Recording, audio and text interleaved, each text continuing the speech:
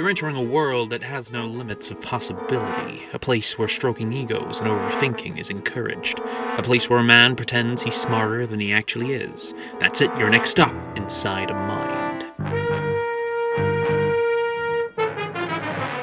If I told you to think of a Christmas classic, The Twilight Zone is probably one of the last places you'd look.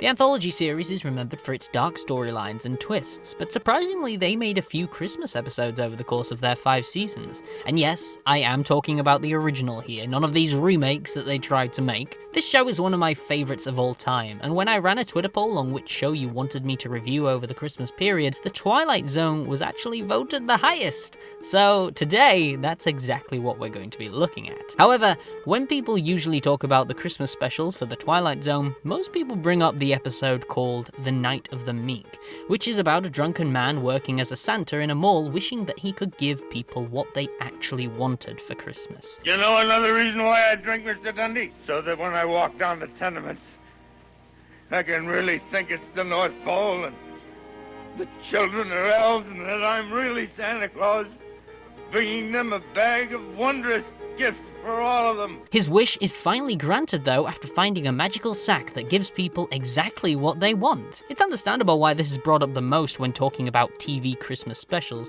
as the theme of Christmas is a lot more obvious in this one compared to the others in the series. Many articles even list this episode as one of the best Christmas specials of all time. Although one of them is on a top 100 list and it's ranked just above Doctor Who The Snowman Christmas Special, so I don't really know how credible that is. I also don't know if I hate that episode of Doctor Who or I'm just still salty about the Tim Davie incident. Should probably let him out of the basement. Another episode that people tend to refer to when they talk about the Twilight Zone is 5 Characters in Search of an Exit, although not many people refer to this as a Christmas episode, but it still technically is. A sergeant wakes up inside a room with a clown, a hobo, a ballet dancer, and a bagpiper. The whole episode takes place in that very room all the way to the end. Those tend to be the most popular talked about Christmas specials out there, but there is another that is my personal favourite. The episode is titled Changing of the Guard. Yes, the story isn't anything new and it's kinda similar to the 1946 movie It's a Wonderful Life, but the performance by Donald Pleasance as Professor Ellis Fowler is absolutely fantastic, and you really feel for this man, which makes it all the more heartwarming with this episode's conclusion. So that's exactly where we're going today. Prepare yourself everyone, because we're now entering the Twilight Zone.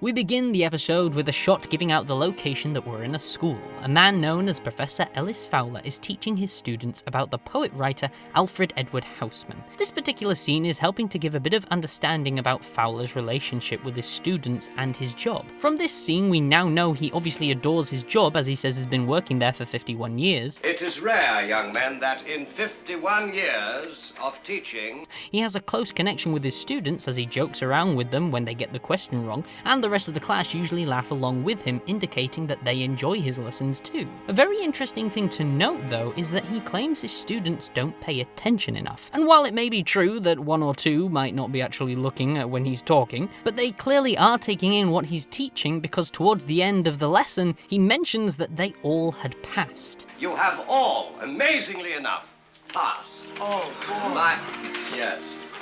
My delight is only exceeded by my sense of shock. This whole idea that he believes the class isn't paying attention even though they are is a key point in the story later on. After the class is dismissed and everyone is saying goodbye to Professor Ellis Fowler, Rod Serling, the creator and writer of the show, appears and begins to introduce our character, and just like usual implies that their life is about to change. Merry Christmas.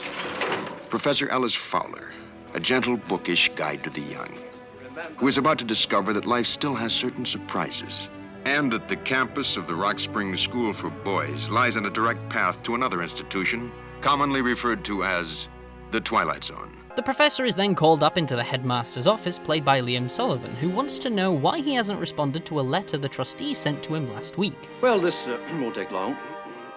Professor, you did not respond to the letter the trustees sent you last week. Oh, I'm terribly sorry, Headmaster. I've just remembered. I haven't opened my mail for the last few weeks. However, the professor thought that the letter was just asking him to sign a new contract to keep working at the school. He even jokes about himself wanting to work there until he's 100 years old, when in fact the letter wasn't about a contract renewal. It was asking him to retire. The communication from the trustees was not a contract. As a matter of fact, it was a notice of termination. He's been working there for several years after the expected retirement rate, and they're looking to get a younger man in to replace him. Am I to understand, Mr. Headmaster, that my contract is not to be renewed? Now, if I had to really nitpick and address a problem with this episode, it would involve this particular part. Not performance-wise, that's absolutely perfect in my opinion. You really do feel for the professor, and seeing his enthusiasm of teaching drop from 100 to 0 in a matter of seconds is heartbreaking. But what left me confused about this scene was how the professor didn't know about the notice of termination in his mail. Yes, he said he hasn't read the mail for the past few weeks, but he then went on to say that he has a housekeeper. I was telling my housekeeper only the other day, I should very likely go on teaching in this place until I'm 100 years old. So how did she not check his mail with him being so busy and all? You'd have thought she would have checked just to make sure there wasn't anything important that came up. But alas, that is something I'm just nitpicking there. We wouldn't have got this incredible moment of realization if the professor had read his mail, so yeah. After this information has been told to him, he gets up to head off home. Well, it certainly proves one thing. On my word, it does. Proves that a man should read his mail. Yes. Certainly should read his mail. As he was leaving, some of the students even recognized that he was crying. We then move on to the next scene of the professor's home, where he sat at his desk thinking back on his life before reaching into a drawer and pulling out a gun. We then skip later ahead, where we see the housekeeper, played by Philippa Bevins, or Bevins, what, I don't know, enter the room, and the professor begins going through multiple books which featured his past students he once taught. Timothy Arnold. I never thought that one would pass. He had an incorrigible habit of chewing bubble gum and then popping it. Sounded like a howitzer. The names he mentioned in particular, though, all died when they were fairly young. But that's not the main point he was trying to get across. The reason why he's looking through these books is because he's coming to the conclusion he left no mark on humanity. He believes his whole life was a waste. He taught the things he was passionate about, but looking back, he believes none of the kids were paying attention to him. All the information left their minds the second they left the school. He tells his housekeeper he's off to take that nap now. But as she clears up his desk, she finds a bullet on the table and an empty gun case in his drawer. She runs out to try and stop him, but it's too late. He's already gone. We see the professor walking through a park and stands beside a statue of a famous educator, Horace Mann, with a quote saying, "Be ashamed to die until you have won some victory for humanity," which is actually the motto of Rod Serling's alma mater, Antioch College, and was said by its first president, Horace Mann. Totally didn't read that off the Wikipedia. Also, did you know Donald Pleasance was heavily made up in order to appear much older than his actual age of 42? Okay, back to the episode. The professor truly believes he has won no victory for humanity, and decides to pull out the gun and end it here and now. Just as he's about to pull the trigger though, he hears the class bells begin to ring. Class bells? Oh, that's odd.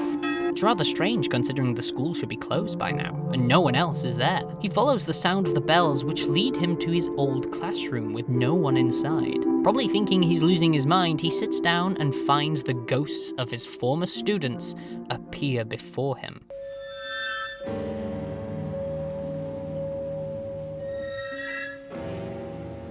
I don't know what it is about this scene, but it really creeps me out, which is surprising. Not much can creep me out these days. Maybe it's down to the fact that the episode is just so old along with the music playing, and on top of that, they're all smiling as they slowly turn to the camera. Either way, this is probably a little creepier now than it was back then. That's not to say it wasn't supposed to be creepy back then. I'm just saying I think the age of the episode has actually helped the eeriness of this particular scene. Each student introduces themselves, and some of the names you'll recognize from earlier. Artie Beechcroft, sir. Second form, class of 41. How are you, Professor? How's that? Artie, you were... I was killed at Iwo Jima, sir. That's right, Professor. Each of the students died in a tragic incident, and some even died heroically. I died in Roanoke, Virginia, sir. I was conducting research on X-ray treatment for cancer. I was exposed to radioactivity and I contracted leukemia. Professor Fowler and his teaching helped them to become better men after they left school, and even helped some of them to perform these heroic acts. That's why I brought this medal to show you, Professor Fowler. Because it's partly yours. You taught me about courage. You taught me what it meant. Each student tells their story to the professor and how his teachings impacted their life. Hudson, sir, second form, class of 1922. You taught me about loyalty. You taught me about ethics. But you taught me about patriotism.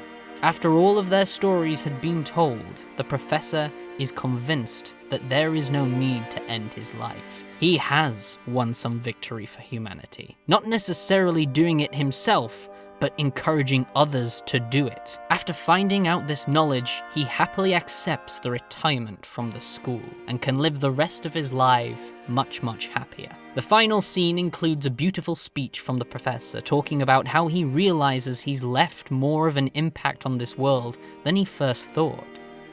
Be ashamed to die until you have won some victory for humanity. Well, I didn't win the victories, Mrs. Landers, but I helped others to win them, so perhaps in some small measure they are victories that I can share. A brilliant story that is just as relevant now as it was nearly 60 years ago. This is something we all go through at some point in our life, and it's something that people do tend to struggle with. They end up in a really dark patch in their life and start to dwell on all the choices they've made, wondering whether or not they could have done better back then. This episode can take it to the extreme on how irrational we can become. It's not one of the best Twilight episodes out there, but I don't think it was trying to be. This was just supposed to be a short, heartwarming episode for the holidays, with a reminder that not everything is black and white. I've also heard the Twilight Zone is planned to return for its 4th revival in the next few years, and I'm actually optimistic about it. The 2nd and 3rd revivals were not very good, but we are currently in an incredible era of television. There are so many good shows out there right now, and it's incredibly hard to keep up with them all. So if you're going to bring back the Twilight Zone, now is probably the best time more than any other. In the meantime though, I hope you enjoy the Christmas period, and don't forget to check out these 3 brilliant TV specials over the holidays. And if you have any other underrated TV Christmas specials, then feel free to comment them below and I'll give them a read, and maybe even a viewing. Take care everyone, I'll see you next time.